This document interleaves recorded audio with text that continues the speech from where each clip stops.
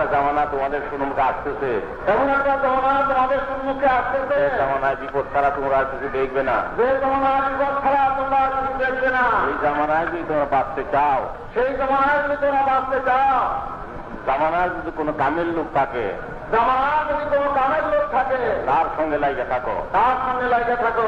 আঠার কাগজ লাইগে যায়, যেমন আঠা এবং কাগজ লাগে যায়, টানলে ফিরে যায়, খসে না। সামনে ফিরে যায়, তুমি পাচ্ছে না। সেইভাবে সেই জামানার কামিলের সঙ্গে লাইগে থাকো। সেইভাবে সেই জামানার কামের সঙ্গে লাগে থাকো। যত রকম বিপদই তোমাদের জন্য আসুক না কেন, যত রকম বিপদ তোমাদের জন্য আসুক না কেন, আল্লাহ তোমাদেরকে বাঁচাবেন। আল্লাহ তোমাদেরকে বাঁচাবেন।